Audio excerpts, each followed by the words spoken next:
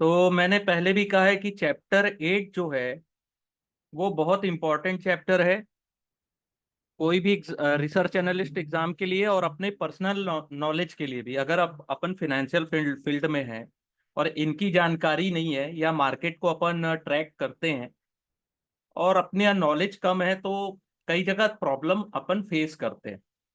तो आज अपन स्टार्ट करते हैं 8.1 रिटर्न रेशोज। ठीक है। अब ये क्या चीज होती है? While profitability ratio give a sense of profitability per rupees of sale by the business।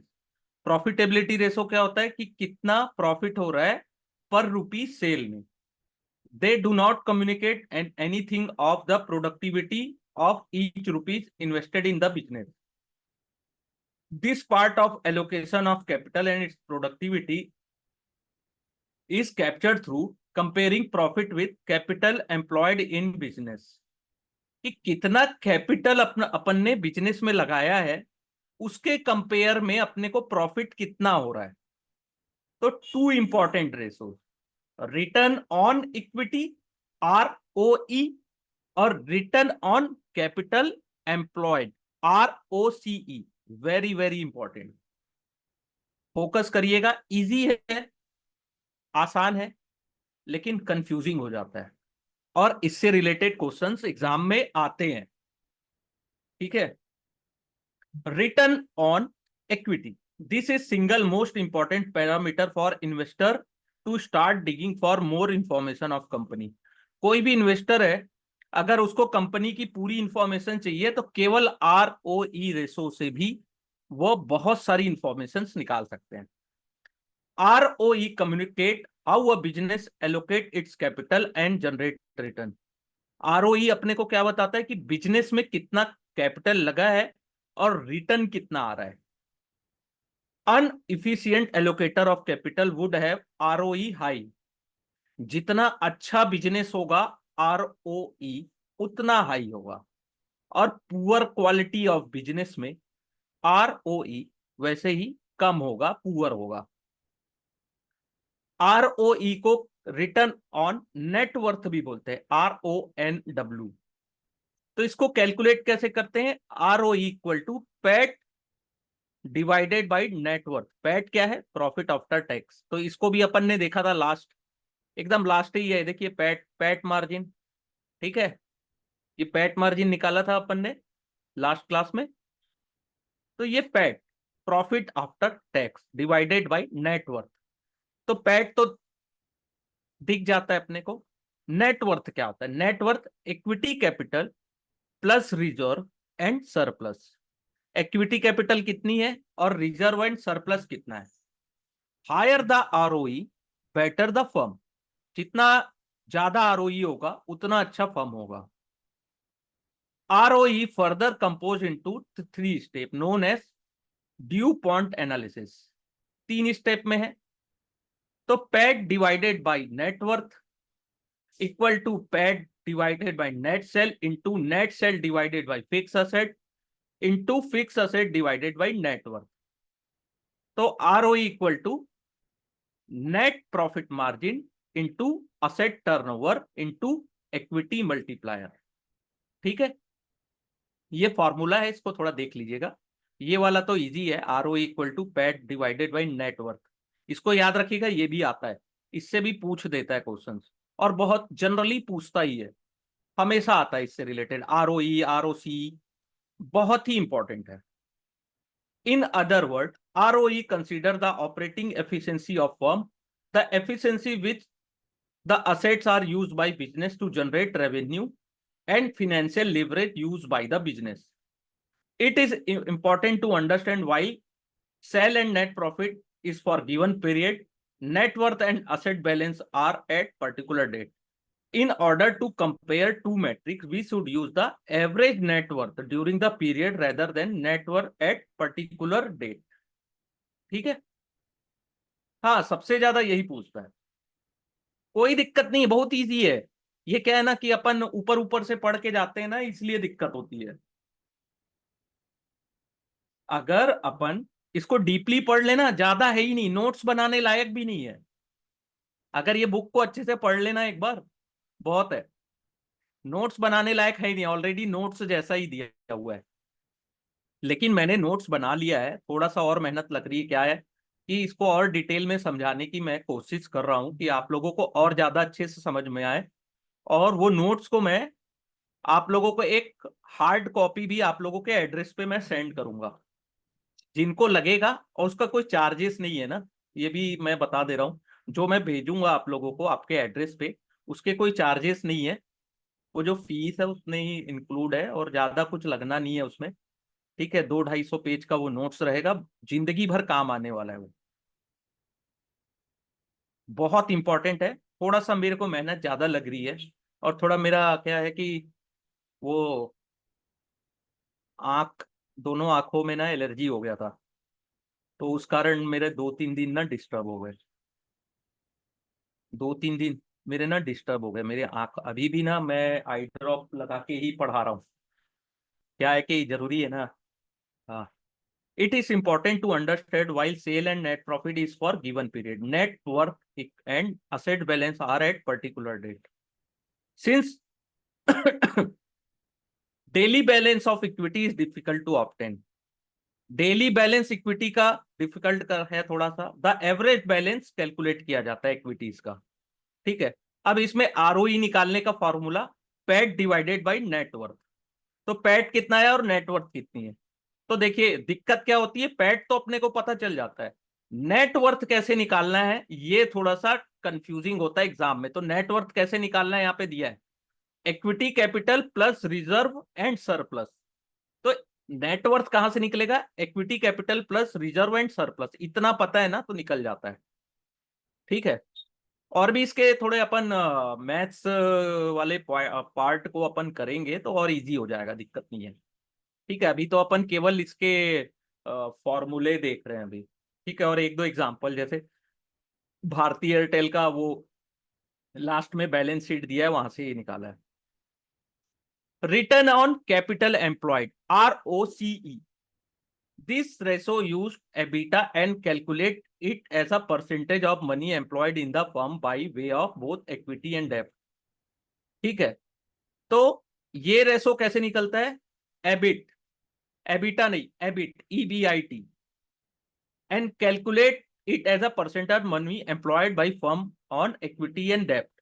तो टोटल इक्विटी एंड डेब्ट से जो कैपिटल एम्प्लॉयड हुआ है, तो ROCE का फॉर्मूला क्या है, EBIT, EBIT divided by capital employed. तो इसको लिख लीजिए, अगर चाहें तो आप लोग लिख लीजिए तो और ज्यादा आसानी होगी। कैपिटल एम्प्लॉयड कितना, total assets minus current liability, और total equity plus total debt. तो कैपिटल कितना एम्प्लॉयड हुआ, total assets minus current liability, इसको माइनस कर दिए तो कैपिटल एम्प्लॉयड आ जाता है, या total equity and total debt. ठीक है, याद रखिएगा ये भी, क्योंकि एबिट तो दिया रहता है, कैपिटल एम्प्लॉयड लोग नहीं निकाल पाते हैं, या कुछ चीजों को मिस कर जाते हैं। ठीक है, तो प्लीज इसको याद रखिएगा, लिख लीजिए, काम आएगा। Higher the ratio better the firm. दोनों में एक चीज देखा आपने कॉमन है, कि ROE और ROC में जितना हायर होगा रेशो, उतना अच्छा फर्म है।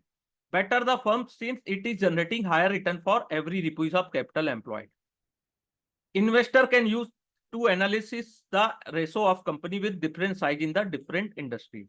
तो जितनी इंडस्ट्री होती है उसके जो रेशोज होते हैं वो कंपेरेबल रहते हैं। ऐसा नहीं है कि जैसे फार्मा कंपनी का ROE है, उसको हम दूसरे कंपनी या IT सेक्टर के ROE से उसको कंपेयर नहीं कर सकते। इस चीज को याद रखिएगा। फार्मा का है तो फार्मा के ही ROE से अपने को कंपेयर करना है। Here again, balance sheet, we take average value instead of year ending value. The total below show the total capital computation of Bharti Airtel for 2018 and 19. Total equity, long term borrowing, short term borrowing, current maturity of long term borrowing, तो total capital आ गया यहाँ पे। तो we have already shown EBIT कितना है, 47,000, और इसका average निकाल लिए टोटल कैपिटल का, 18, 18,96,818, ये टोटल है 2018 का, और 2019 का 21,03,773। ठीक है, तो इसको डिवाइड करके भी निकाल सकते हैं, दोनों का यानी कि दोनों का जो कैपिटल एम्प्लॉयड है उससे पता चल जाता है। ठीक है, एवरेज, दोनों का एवरेज करके, ठीक है, 2019 में तो 2.38% आया। This is a pre tax measure and analyst may want to multiply it with one mind tax rate to arrive at post tax rate of return. तो ये प्री टैक्स है, अगर इसको एनालिस्ट चाहता है कि आफ्टर टैक्स निकालना है पोस्ट टैक्स, तो वन माइनस टैक्स रेट कर दे। ठीक है, जो टैक्स रेट है उससे मल्टीप्लाई करना है, one minus tax rate multiply by जो भी है वैल्यू, तो अपना पोस्ट टैक्स रेट भी आ जाता है। ठीक है, यहां तक कोई डाउट सर? एनी डाउट यहां तक? देखिए, अपन ने ना स्टार्टिंग में बेसिक बेसिक बेसिक बहुत पढ़ा है ना, तो ये सब चीजें अपने को उतनी कंफ्यूजिंग नहीं लगेगी, लेकिन कुछ जैसे स्टूडेंट बीच में आएंगे तो उनको ये चीज कंफ्यूज लगेगी। तो अपन ट्रैक में है तो सब चीज धीरे धीरे समझ में आ रहा है। ठीक है, a higher level of debt used in funding the operation can be risky for the business। Higher level of डेप्ट, जितना ज्यादा उधार होगा फंडिंग इन ऑपरेशंस, तो उतना ज्यादा रिस्की है business, specially in economic down turn, जब इकोनॉमी डाउन चल रहा है, और when revenue and profitability reduce, revenue भी कम है, प्रॉफिटेबिलिटी भी है, कम कम हो रही है, और अपन उधार लिए हैं, बहुत ज्यादा उधार है। तो leverage ratio can be use to analyse the extent of leverage use by business. तो लेवरेज रेशो से क्या पता चलता है कि बिजनेस में कितना लेवरेज लिया गया है, and its ability to meet the obligation arising from them. तो क्या आपने उधार तो लिया है, लेकिन आपका उसको पेड करना या उसको पेमेंट करने का आपके पास है उतनी कैपेसिटी, एबिलिटी है, उसको भी जानना जरूरी है। Two important parameter here are डेब्ट equity ratio and interest coverage ratio. तो ये दोनों भी इंपॉर्टेंट है। डेब्ट equity, as discuss earlier, higher level of डेब्ट in business can prove B detrimental for business. जितना ज्यादा डेब्ट होगा कंपनी के लिए उतना ज्यादा लॉस हो सकता है। In absence of its ability to pay the lender, business may have to face bankruptcy. अगर कंपनी पेड नहीं कर पाएगी तो क्या होगा?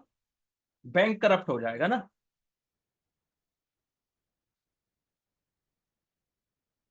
तो when business create asset aggressively out of borrowed money, it could be quite dangerous if the assets are unable to generate the expected revenue and profitability। अगर उधार के पैसे से असेट्स बना रहे हो और वो असेट्स आपको उतना रेवेन्यू और प्रॉफिट नहीं दे पाया, तो क्या होगा?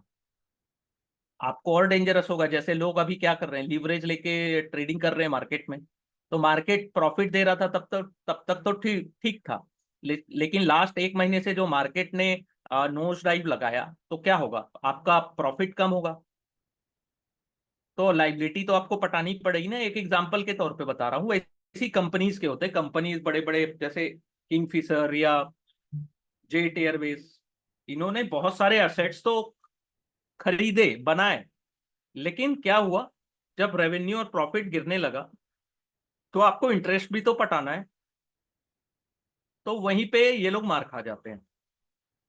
It would be prudent for investor to avoid company with extreme high level of डेब्ट। तो हमेशा बोलते हैं ना, उस कंपनी का उधार बहुत ज्यादा है, ऐसी कंपनी पे ट्रेड मत करो, इन्वेस्टमेंट करो। लेकिन लोग सोचते हैं अरे वाह, ये तो सस्ते में मिल रहा है, तो सस्ते के चक्कर में लोग खराब कंपनीज में भी इन्वेस्टमेंट कर लेते हैं। A D, डेब्ट equity ratio less should be consider as the benchmark. जितना कम होगा उतना अच्छा होगा, and then depending upon the industry. तो ये इंडस्ट्री के अनुसार डिपेंड भी होता है, फार्मा, आईटी, रोडवेज और इंफ्रास्ट्रक्चर, सबके डेब्ट डी रेशोस अलग अलग होते हैं। Track record of company capital required project detail should be a decision to be taken. The ratio is defined as D ratio equal to long term डेब्ट divided by net worth. ठीक है, D ratios long term डेब्ट divided by net worth. ठीक है, तो इस example में net worth कितना था?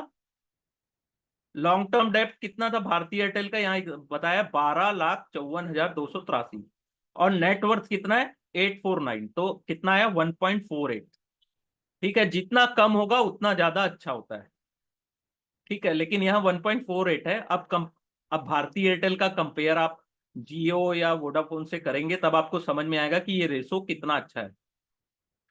ठीक है, ये हो गया डेप्ट इक्विटी रेशो।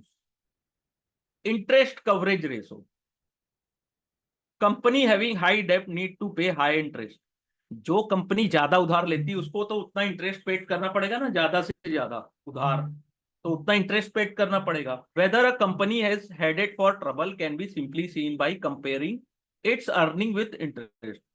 अगर हमको कंपनी कितनी ट्रबल में है उसको देखना है तो अर्निंग कितनी है कंपनी की, और इंटरेस्ट कितना पेड कर रहा है कंपनी, केवल उसको चेक करने से हमको ये पता चल जाता है कि कंपनी में कितना खतरा है या कितने डेंजर में है कंपनी। ठीक है,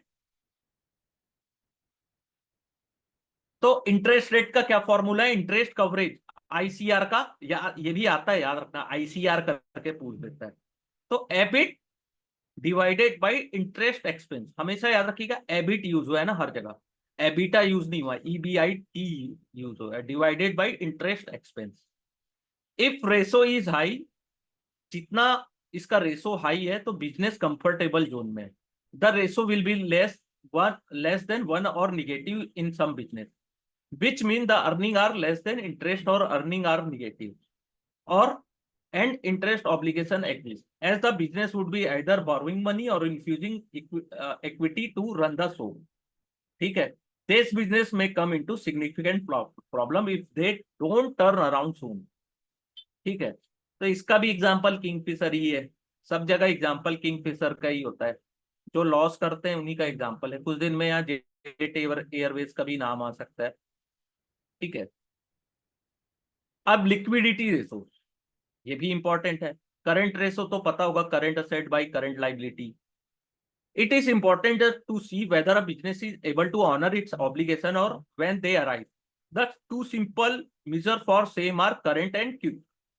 Current ratio, the ratio measure the company liquidity situation by comparing its current asset with current liability.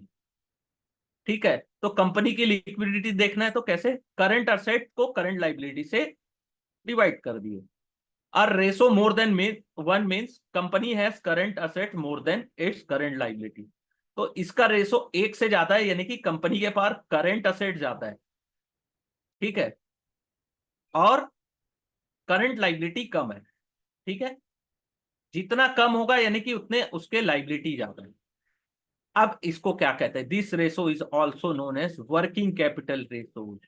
तो कंफ्यूज मत रहना, कई बार वर्किंग कैपिटल रेशो करके भी आ जाएगा क्वेश्चन, तो बनाना है ना, इजी है, बनाना है। करंट असेट्स बाई ना डिवाइडेड बाई करंट लाइबिलिटी, इससे तो पूछता ही है, सिंपल क्वेश्चन इससे आ जाते हैं। लेकिन करंट असेट्स कैसे निकालना है, करंट लाइबिलिटी, वो या तो दिया गया रहेगा, या तो आपको वहां पे कुछ ऐसे फॉर यानी कि ऐसे केस स्टडी दिया रहेगा, तो वहां से आपको करंट असेट और करंट लाइबिलिटी निकालना पड़ेगा। थोड़ा सा कैलकुलेटर को इधर उधर करोगे ना, इधर जितना पढ़े हैं अपन उसके अनुसार, तो बिना बन भी जाता है। ठीक है, कई बार घुमा फिरा के भी पूछता है question. The ratio measure the ability of company to meet its short term liabilities.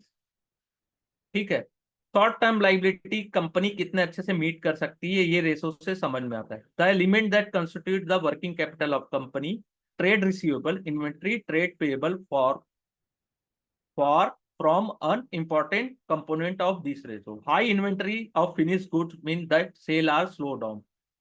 High inventory finish goods की यानी कि सेल कम हो गए हैं, जैसे अभी ऑटो सेक्टर्स में इन्वेंट्री बहुत हाई है, 7.9 लैक्स कार जो है वो कंपनी के पास पड़ी हुई है फिनिश्ड कंडीशन में। High raw material inventory means poor production planning. अब कंपनी के पास रॉ मटेरियल बहुत सारे पड़े हुए हैं, इसका मतलब कि प्रोडक्शन खराब चल रहा है उनका, या तो डिमांड नहीं आ रही है। और high trade receivable indicate company selling on credit or not able to realise cash from its debtors. High trade receivable है, यानी कि कंपनी उधार में दे रही है सबको, सबको दे रही है, सेल कर रही है, ले जाओ भाई, सब ले जाओ, पैसे बाद में देना, लेकिन उसको कैश नहीं मिल रहा है। उधार तो दे दिए लेकिन उसको वसूल नहीं पा रहे हैं लोग। On other hand, high trade payable may indicate the strength of company in getting best credit term from its supplier. There are company which take cash on sale and make payment on credit. ठीक है, कुछ company ऐसी है, high trade payable may indicate the strength of company in getting best credit from it supplier, यानी कि कुछ company ऐसी है जो सेल करती है कैश में और पेमेंट करती है उधार में। ठीक है, such a situation will result in current ratio less than 1। However this is not a red flag. ठीक है, in fact it is very good situation in which the company working is funded by the customer. ठीक है, cash में cell कर रही है और make payment on credit, तो ये अच्छा है बोल रहा है कंपनी के लिए। आजकल बहुत सारी कंपनीज ऐसा ही करती है। ठीक है, क्योंकि इनको फंडिंग कहां से मिल जा रहा है, कस्टमर से। ठीक है, हाई रेशो में indicate poor use of working capital. अगर हाई है इसका रेशो, यानी कि poor use of working capital, ये भी पता चल रहा है। And very low ratio point toward deeper analysis. अगर रेशो बहुत खराब है तो उसको और डीप एनालिसिस करना है। भारतीय एयरटेल का करंट रेशो निकालें तो करंट असेट्स उसका ये है 3,29,000 और लाइबिलिटी कितनी है 930.49, 930,549। Although optically the ratio appear bed for company. ये अगर रेशो खराब लग रहा है, company that have higher bargaining power with customer and supplier often manage in fact to have negative working capital as it is interest free obligation। ये खराब जरूर लग रहा है भारतीय एयरटेल का, लेकिन उसके कंपेयर में बाकी की कंपनीज कैसा कर रही है वो जानना भी जरूरी है। क्विक रेशोज, ये इंपॉर्टेंट है, याद रखिएगा। इसका फॉर्मूला क्या है, current assets minus inventories divided by current liability. Current assets minus inventories divided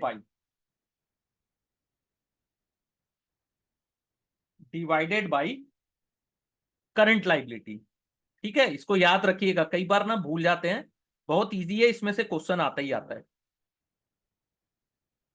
account receivable cash investment in liquid fund and are included in calculating quick ratios. ठीक है, amount receivable cash investment in liquidity fund सब quick ratios में calculate करते हैं। Higher the ratio better the liquidity. जितना high होगा उतना अच्छा कंपनी की लिक्विडिटी है, but lesser will be the return as cash is not a great source of generating return. ठीक है, लेस है यानी कि कैश से लोग ज्यादा अच्छा रिटर्न नहीं बना पा रहे। अब है efficiency ratio. It is important to see whether a business is efficient in its operation। कंपनी कितनी इफिशियंट है अपने ऑपरेशन में, अपने ऑपरेटिंग में, या बस नाम भर के लिए है, चल रहा है कागजों में। तो इसको कैसे पता लगाते हैं, इसके लिए इफिशियंसी रेशो देखा जाता है। ठीक है, इसको अभी अपन देखते हैं, एक second. It is important to see whether a business is efficient in operation। Efficiency would also help business improve a capital allocation, so the profitability and return ratio. Some simple parameter of efficiency in business are defined below। तो अगर efficiency जाननी है तो कुछ parameter है, इसको याद रखिएगा। Account receivable turnover, this ratio indicate how fast company convert its sale into cash. Higher the ratio, better the firm, and it means that very small portion of its revenue are in the form of credit। यानी कि company जितना अपना cell कर रही है उसको cash में कितने अच्छे से कन्वर्ट कर पा रही है, ये इंपॉर्टेंट है। ठीक है। अकाउंट रिसीवेबल टर्नओवर, और क्रेडिट कितना कम है, उधार कितना कम है कंपनी का, ये भी एक इंपॉर्टेंट फैक्टर है। ठीक है। On the other hand, if ratio is low it mean company is giving too easy credit, यानी कि बहुत आसानी से लोन दे रही है या उधार में बिजनेस कर रही है, और may be even facing difficulty in recovering money from its distributor और क्लाइंट, और ये भी हो सकता है कि पैसे वसूल नहीं पा रही है। तो जितना अच्छा इसका रेशो होगा उतना अच्छा कंपनी परफॉर्म कर रही है, इसको बोलते हैं अकाउंट रिसीवेबल टर्नओवर। तो अकाउंट रिसीवेबल टर्नओवर का क्या है formula, revenue divided by account receivable. ठीक है। Account payable turnover, this ratio indicate how much a company purchase are on credit, यानी कि कंपनी ने कितना जो परचेज किया है उधार में किया है। अकाउंट पेएबल टर्नओवर, इसको कैसे, purchase divided by account payable. ठीक है। As can be seen from formula, if payable is high the ratio will be low. ठीक है। अगर पेएबल हाई है तो रेशो लो होगा, this mean company is running long credit period with its supplier. अगर ratio इसका लो है यानी कि कंपनी क्या है, लंबे समय से उधार में चल रही है या सप्लायर से उधार में अपने बिजनेस कर रही है। It is difficult to conclude anything just looking at the number, because long credit period with its supplier could be because it has good bargaining power with suppliers. अब इसके लिए क्या बोल रहे हैं कि गुड गुड क्रेडिट पीरियड का क्या मतलब है कि बार्गेनिंग पावर सप्लायर्स के साथ बहुत अच्छे हैं, इसलिए क्रेडिट पावर इनका ज्यादा है। It doesn't have the money to pay to them, while bargaining power of company may be its long credit from its supplier, in long run it may not be as good as supplier would not like the situation. Indeed, good company generally focus on paying on time basis as much as they focus on receiving money on timely basis. ठीक है। अगर bargaining power अच्छी company की लेकिन फिर भी supplier को नहीं दे रहे हैं पैसा, है ना, तो उसका क्या मतलब है, सप्लायर को कई बार बार्गेनिंग पावर पसंद नहीं आ रही है। ठीक है। जो अच्छी कंपनी हो क्या होती है, टाइमली उधार लेती भी है तो टाइमली उसको पेड भी कर देती है ना। इसका इतने सब का यही मतलब है। दिया तो बहुत कुछ है इसमें। ठीक है। कि सप्लायर से आपका कांटेक्ट अच्छा है तो साल भर के लिए भी आपको उधार दे दिया है, लेकिन हो सकता है कि उसको अंदर से ना पसंद हो, या हो सकता है कि आपकी क्रेडिट में उसको डाउट हो। तो आपको भी अपना क्रेडिट मार्केट में बनाना है तो टाइमली पेमेंट करना पड़ता है। ठीक है। assets turnover, this ratio indicate how many time assets of business are churned or put to use to generate revenue from the business. Clearly if assets are lying idle, this is not good for business as capital deployed but is not generating revenue. अगर assets आपके idol पड़े हैं यानी कि कुछ काम नहीं है, खरीद लिए और पड़ा हुआ है, तो ये बिजनेस के लिए अच्छा नहीं है। As capital deployed but is not generating revenue. ठीक है। आपने पैसे लगाए असेट्स खरीदने के लिए लेकिन वहां से रेवेन्यू जनरेट नहीं हो पा रही है। On the other hand, if assets is continuously churn put to use to produce good and service it would improve the revenue and profit. तो उसको या तो आपको गुड्स एंड सर्विस में यूज करना है जिससे आपकी रेवेन्यू और प्रॉफिट जनरेट हो। अब ये भी बहुत इंपॉर्टेंट है, याद रखिएगा, higher the ratio better the firm. Asset turnover net sale divided by total asset, इसको याद रखिएगा, कई बार इससे भी क्वेश्चन आया है। Asset turnover divided by net sale divided by total assets. ठीक है। This ratio is also used in DuPont analysis which is used to become decompose the ROE to get even better understanding of company drivers. ठीक है। ये DuPont analysis में भी ये important factor है asset turnover. Inventory turnover, this ratio give number of time inventory is roll by the company, यानी कि हमारे पास कितनी इन्वेंट्रीज अभी पड़ी है और अपन ने कितने को मार्केट में डिप्लॉय कर दिया या मार्केट में निकाल दिया, उसको सेल कर दिया। Higher the ratio better the business, जितना इन्वेंटरी टर्नओवर जितना अच्छा होगा उतना अच्छा आपका बिजनेस होगा। ठीक है। If not converted into sale fast would mean money is lock in the business.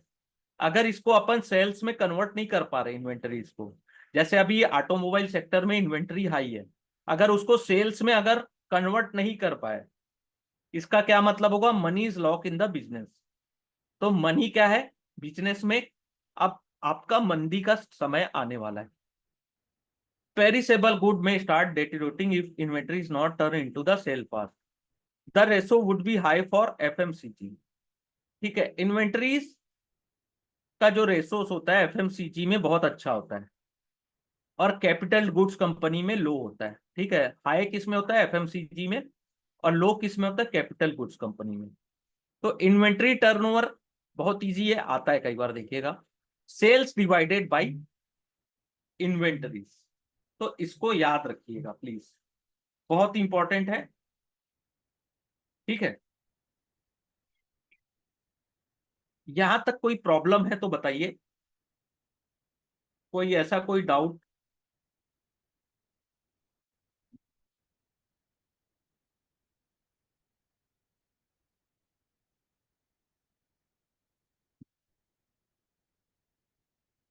Okay. एक होता है ड्यू पॉइंट एनालिसिस।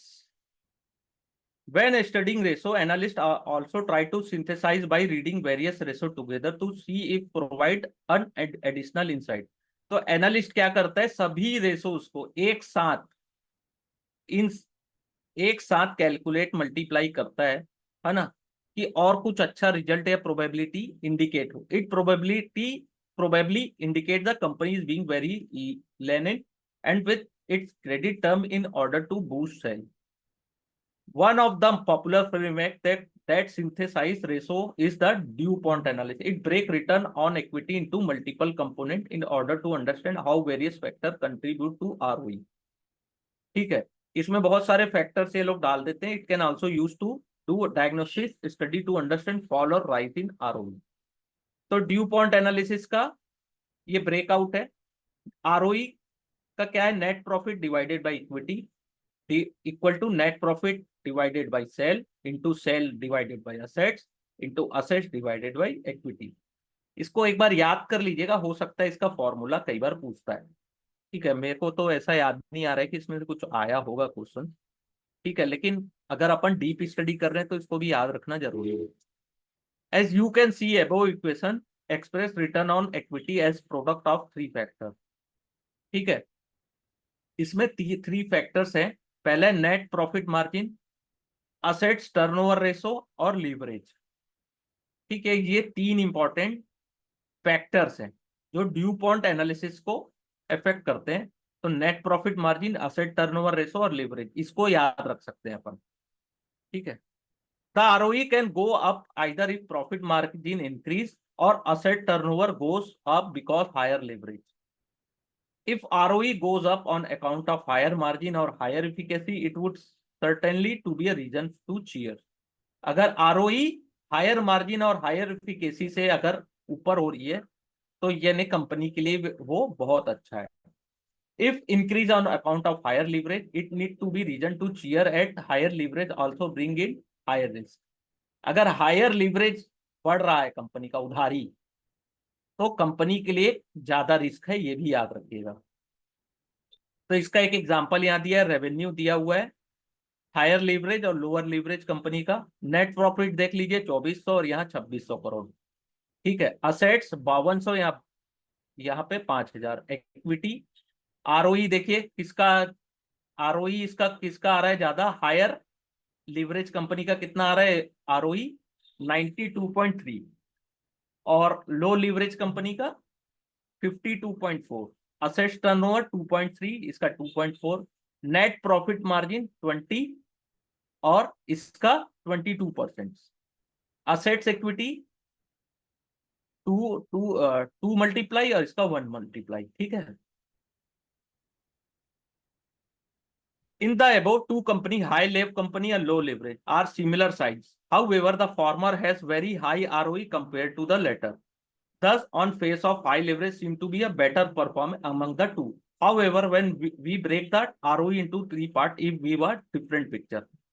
ठीक है, अब ये इसमें बोल रहा है कि हाई लेवरेज कंपनी का जो ROE है वो ज्यादा बता रहा है, लेकिन अब ROE को इन्होंने तीन पार्ट में डिवाइड किया। तो low live company seem to doing marginally better in term of asset turnover. तो लो लिवरेज कंपनी किस में बेटर कर रही है, asset turnover ratio, and reasonably better in term of the profit margin. The only reason it seems to have lower ROE is because of lower leverage. ठीक है, leverage कम है इसलिए इनका लोअर ROE है यहाँ पे। ठीक है, लेकिन कंपनी लो लिवरेज वाली ज्यादा अच्छा परफॉर्म कर रही है। ठीक है, in term of operation it is lower ROE only on account of lower level of डेप्ट। इनका ROE लो क्यों बता रहा है, क्योंकि इनका जो डेप्ट लेवल है वो कम है। ठीक है, यहाँ पे लाइबिलिटी जो है वो कम है, माइनस में, यानी कि है ही नहीं। ठीक है, दस इट इज अपेयर, तो लो लेवरेज कंपनी ज्यादा अच्छा कर रही है। ठीक है, दिखने में तो दोनों बढ़िया दिख रहा है, ये 92 दिखा रहा है, लेकिन अगर असलियत अगर खंगालें तो सेकंड कंपनी ज्यादा अच्छा कर रही है। तो ये एनालिसिस किससे होता है, ड्यू पॉइंट एनालिसिस से। ठीक है, इसको याद रखिएगा, थोड़ा बहुत है। Forecasting using ratio analysis, as mentioned elsewhere above, any analysis can help us understand how various financial metrics, including income and expenditure, behave and their interrelationship. Analysts then use the insight to forecast the future. However, it is important to understand when we do forecast or projection based on historical data. We often assume the past behavior is fair representation of future. In reality, this need not hold good. अपन क्या करते हैं, companies के past behaviours को देख के उसके future के fair represent को कैलकुलेट करते हैं, लेकिन कई बार ये अच्छा साबित नहीं होता। जैसे रिलायंस कैपिटल, रिलायंस पावर या रिलायंस अनिल धीरूभाई अंबानी की जो कंपनीज थी, उसको बहुत सारे लोगों ने इसलिए लिया क्योंकि रिलायंस है, और रिलायंस कभी फेल नहीं होता बिजनेस में। ठीक है, तो पास्ट उसका बिहेवियर देख के लिया गया था। Therefore, while doing forecast, analysts जो रिसर्च एनालिस्ट है also apply their judgment and make certain adjustment in factor in change in the scenario. तो ऐसे फोरकास्ट में कई बार जो एनालिस्ट होता है वो अपना जजमेंट अलग अलग तरीके का अपना जजमेंट रखते हैं, और कुछ फैक्टर्स को वो चेंज भी करते हैं सिनारियो के अनुसार। जैसे एक एग्जांपल दिया है, analyst must appreciate that future of business could be significantly different from their past. जैसे Switzerland face tremendous competition from both domestic and offshore competitor starting middle of 2000, while it was the only wind turbine manufacturer before that and had great pricing power. 2000 तक company को, ठीक है, competition उस किया 2000 से। ठीक है, और इनका प्राइसिंग पावर भी अच्छा था, ऑफशोर यानी बाहर की कंपनियों से भी इन्होंने अच्छा कंपटीशन किया था। Projecting financial of Switzerland in the middle of purely based on its historical exploration would have been a blunder. तो 2000 में इसका हिस्टोरिकल डेटा देख के इसको बहुत अच्छी कंपनी कहा गया था, लेकिन आगे चल के ये ब्लंडर साबित हुई। Analyst must spend time thinking and analysis how future of business is going to different from its past. तो एनालिसिस जो करता है उसको ये भी देखना चाहिए या सोचना चाहिए कि फ्यूचर में कैसा बिजनेस ये कर सकती है। तो ऐसा अजम्पशन प्रोजेक्शन एनालिस्ट जो है, रिसर्च एनालिस्ट, उनको निकालना चाहिए। अब यहाँ पे कोट लिखा हुआ है Charlie Munger, Graham and Dodd का, वारेन बफेट, चार्ली मुंगर और ग्राहम एंड डॉट का। तो वारेन बफेट का क्या कहना है, I have no use whatsoever for projection or forecast. उनके लिए कोई यूज का नहीं है कि प्रोजेक्शन और फोरकास्ट क्या दें। This create a illusion of apparent precision. The more meticulous they are, the more concern you should be. We never look at projection but we care very much about. very look very deeply and at track record. If company has lousy track record but a very bright future, we will miss the opportunity. तो company का track record बहुत lousy है, यानी बेकार है, ठीक है, थोड़ा सा डालम डोल है, लेकिन उनका फ्यूचर ब्राइट है, तो ऐसी कंपनीज में अपन अपॉर्चुनिटी जो है वो मिस कर जाते हैं, ठीक है। और वारेन बफेट के अनुसार वो ज्यादा यूज नहीं करते थे प्रोजेक्शन और फोरकास्ट का। अब उनके जो फ्रेंड है चार्ली मुंगर, उनका क्या कहना है? In my opinion projection do more harm than good, ठीक है। प्रोजेक्शन जो होता है वो ज्यादा नुकसान पहुंचाता है अच्छा करने से। They are put together by people who have a interest in particular outcome, have subconscious bias, and its apparent precision make it fallacious. They remind of Mark Twain saying, "A mind in a hole, a mine is a hole in the ground owned by the liar." ठीक है, ये ऐसा इनका एक statement है। एक third statement Graham and Dodd ने दिया है, ये ज्यादा ये सब पूछता नहीं है, लेकिन फिर भी अपने को नॉलेज के लिए तो जानना जरूरी है, क्योंकि ऐसे बड़े लोग अगर कोई बात कहते हैं तो उसको डीपली स्टडी करेंगे ना, तो अपने को प्रैक्टिकली मार्केट में बहुत फायदा मिलता है, ठीक है। While a trend show in the past is a fact, a future trend is only assumption. The past or even careful projection can be seen as a rough index to the future.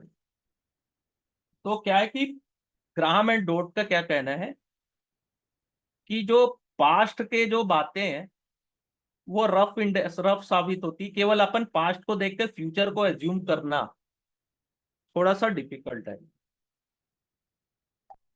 बहुत बार लोग fail होते हैं कि past बहुत अच्छा था, company का past बहुत अच्छा है, तो बहुत सारे एजम्पशन होते हैं, फ्यूचर प्रेडिक्ट करना इतना आसान नहीं है, मार्केट में इतनी आसानी से पैसे नहीं बनते।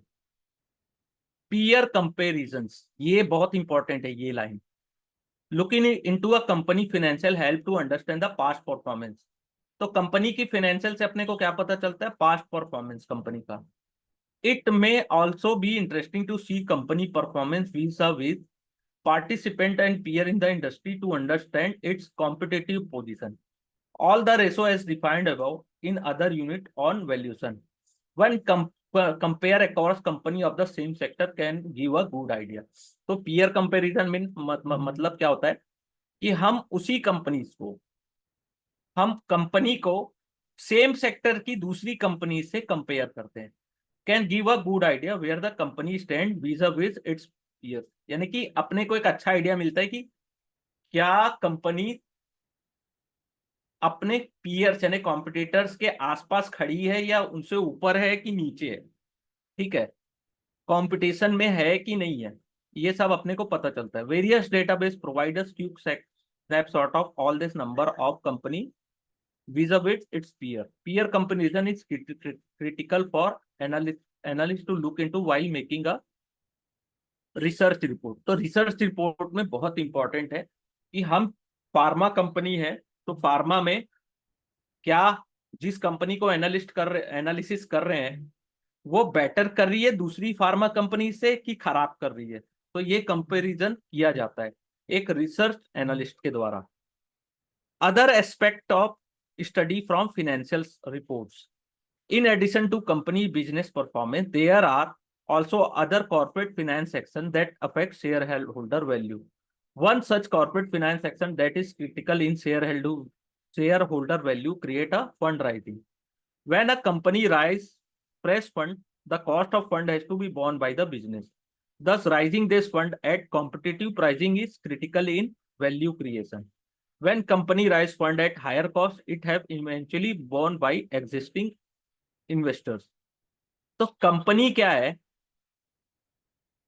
कि अगर फंड निकाल रही है और ठीक अच्छे प्राइस में अगर पैसे उधार ले रही है या राइज कर रही है आईपीओ के द्वारा जैसा भी, तो वो ठीक है वैल्यूएशन के लिए। लेकिन कई बार क्या होता है कंपनी हायर रेट में लेती है, higher cost.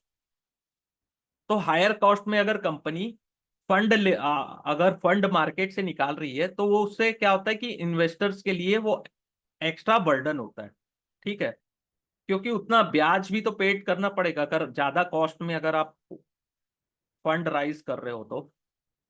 While it is easy to understand the impact of debt as the cash flow around the at its contractual in nature, understand the impact of equity issuance can be more challenging. Company may periodically need to issue additional equity shares either to raise fund or meet other obligations such as issuing share under sweat equity और ESOP. ये बहुत important है, पता है ये जो line है ना, इसको हल्के में मत लेना, इसमें से क्वेश्चंस आते हैं. Company may periodically need to issue additional equity share either to raise fund or meet obligations such as sweat equity or ESOPs. So it may issue share through any of the following model. पहला, right issue of share to existing shareholder in proportion to their holding. तो right issue कैसे issue होता है कि जिनके पास already shares हैं उसके proportions में कंपनी अपने एग्जिस्टिंग शेयर होल्डर्स को शेयर इशू करती है. ठीक है, 2 रुपया, 1 रुपया, 10 रुपया प्राइस रहता है राइट इशू का. पब्लिक इशू यानी आईपीओ या further public offering. Private placement यानी प्रिफरेंशियल इशू और क्वालिफाइड इंस्टीट्यूशनल. प्रिफरेंशियल यानी कि प्रिफरेंशियल इशूज की, क्वालिफाइड इंस्टीट्यूशनल प्लेसमेंट यानी कि कुछ इंस्टीट्यूशनल के जो प्लेयर्स हैं उनको. Issue of share upon exercise of warrant, जो वारंट कंपनी ने इशू किया था उसके अगेंस्ट इशू किया शेयर्स उन्होंने. Issues of share upon exercise और इशॉप और अंडर स्वेट इक्विटी प्रोग्राम, ये स्टाफ्स के लिए होता है. When a company issues such additional equity other than through right issue, it is reduce the ownership stake of existing shareholder. तो जब right issue कर कंपनी इशू करती है तो उससे क्या होता है कि एग्जिस्टिंग शेयर होल्डर्स की जो ऑनरशिप होती है वो रिड्यूस होती है. This is simply because there are now more share outstanding, यानी कि आउटस्टैंडिंग शेयर्स के काउंट बढ़ जाते हैं. Since the ownership stake get affected, such transaction can also have bearing on share held to shareholders wealth. तो shareholders के wealth को भी अफेक्ट करता है. Investors should factor in potential for dilution in stake while evaluating a investment. While the future dilution event are less predictable, an analysis of history of equity expansion by the company can give the investor some idea about how company may conduct itself in futures. तो history of equity expansion से भी investor यानी कि कुछ investors को idea मिल जाता है कि कंपनी फ्यूचर में कैसा कर सकती है जब भी प्रमोटर अपने शेयर्स हटाते हैं. तो है ना, बहुत सारे एग्जांपल है, इसको प्रैक्टिकली इंप्लीमेंट करके देखिएगा, बहुत जगह आपको बहुत अच्छे नॉलेज मिलेगा. Company that finance their growth with strong internal accrual create very little concern for investor in term of equity dilution. ठीक है, if company rely on fresh issuance of equity to raise fund, investor should check whether such activity have been undertake without diluting the value of existing shareholder. तो company अगर equity issue करती है पैसा बढ़ाने के लिए, तो investor को ये चेक करना चाहिए कि क्या उन्होंने एग्जिस्टिंग शेयर होल्डर्स की जो वैल्यू है उसको तो डाइल्यूट नहीं किया है ना, ये सब चेक करना पड़ता है. Raising money through right issue does not cause major dilution. तो राइट इशू से उतना डाइल्यूशन नहीं होता. As the fresh share are offered to existing shareholder in proportion to their holding, it cause dilution only to those shareholders who do not exercise their right. जो exercise को right यानी कि right नहीं करते हैं उनको थोड़ा सा इफेक्ट पड़ता है. प्रिफरेंशियल अलॉटमेंट क्या है? Increase the ownership stake of preferential investor while reducing it for all other. There are two perspective in which one can view company tendency to go for preferential allotment.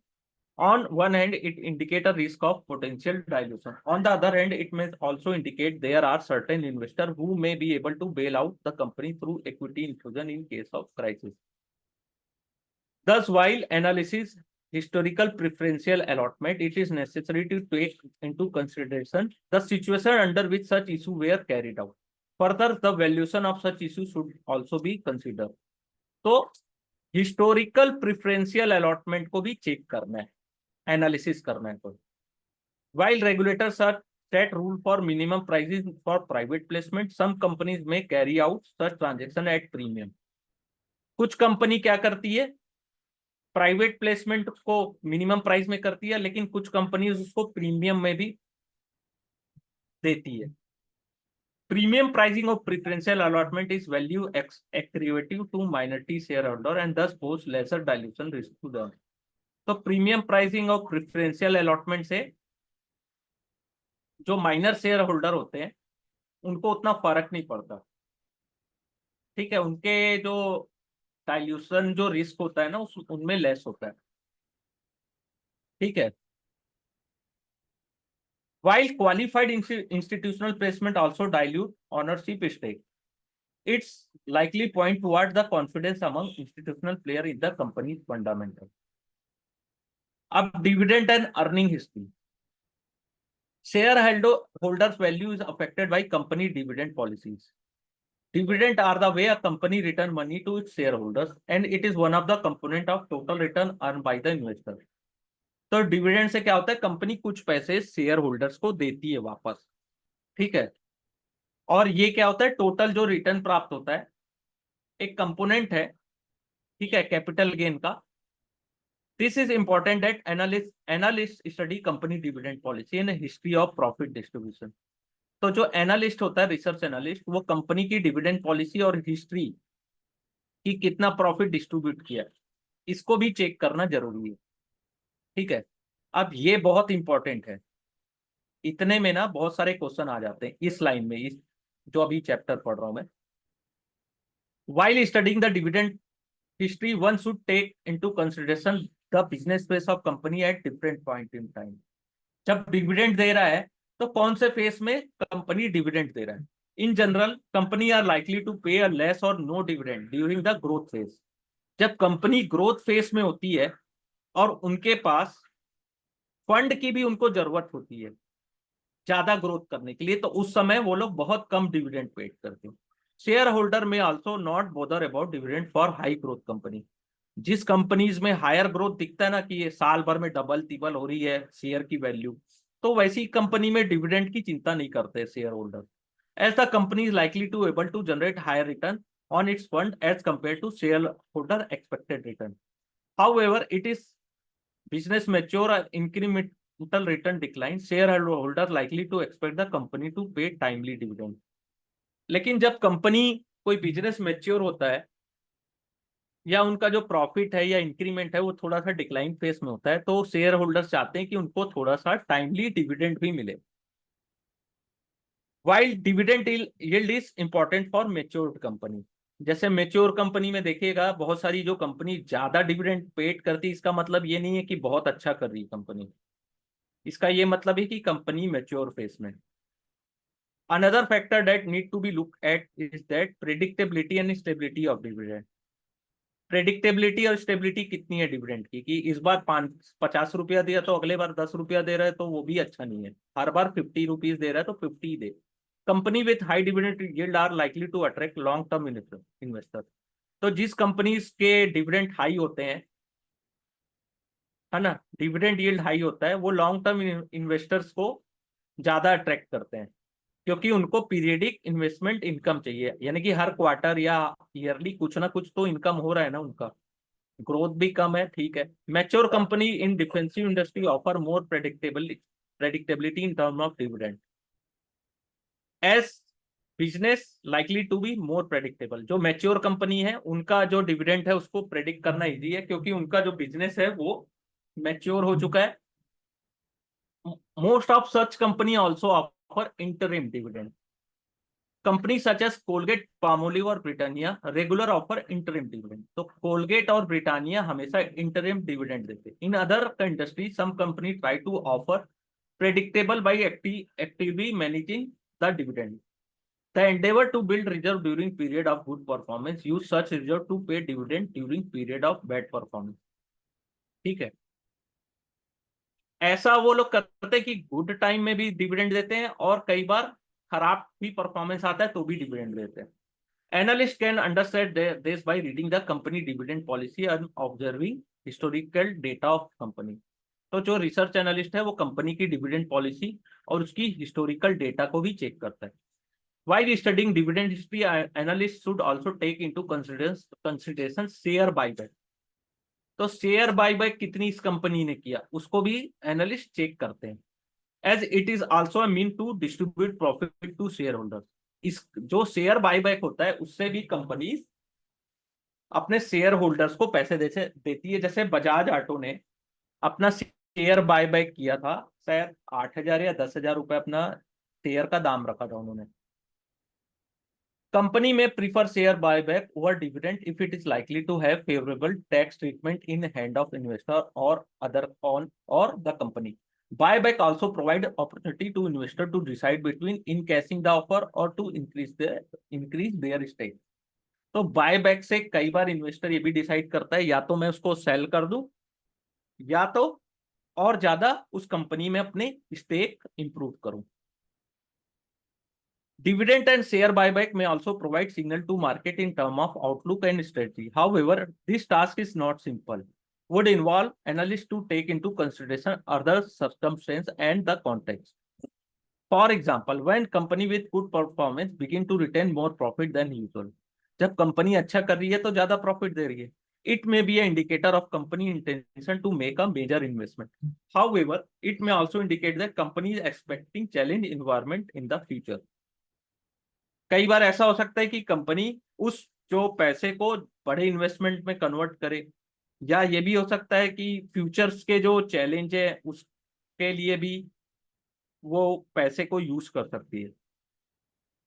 Similarly, when a high growth company increases its dividend, it may indicate the company is foreseeing reduced growth opportunity। कई बार आप देखिएगा कि बहुत सारी high growth की company है, वो भी डिविडेंड देती है अचानक से, तो उसका क्या है, उससे ये इंडिकेट होता है कि उनको आगे ग्रोथ अपॉर्चुनिटी रिड्यूस होते दिख रही है। When a company dividend announcement deviates significant from its past, it is better to understand the reason for the same from the company management। ठीक है, अगर डिविडेंड अनाउंसमेंट है जो पास्ट से वो डेविएट हो रहा है, तो इसका रीजन अपन कंपनी के मैनेजमेंट से पता कर सकते हैं। ठीक है, history of corporate actions. Corporate actions such as dividend, bonus, split, right issue affect the company share price in various ways. Much more to the subject is covered in dedicated unit dealing with the corporate action। तो corporate action तो अपन आने वाले chapters में पढ़ेंगे और detail में। Ownership and insider sales and purchase of stock in the past। Owners being closest to the business have most information about the nuance of business। They are better informed of performance of company। They also act in market under the defined regulatory guideline। तो market में वो act रहते हैं अपने companies के share bye cell करने के लिए, लेकिन सेबी के गाइडलाइन को उनको फॉलो करना रहता है, क्योंकि जो ऑनर होते हैं उनको सबसे ज्यादा उस बिजनेस का पता होता है। ठीक है, while analyzing a business, a analyst may get good insight by looking at the action of the promoter insider in the business। It is interesting to quote Peter lynch on the subject. Peter lynch एक बहुत बड़े investors हैं, उनकी book भी है बहुत सारी, Amazon में देखिएगा मिल जाएगी। Insider can sell for a variety of reason.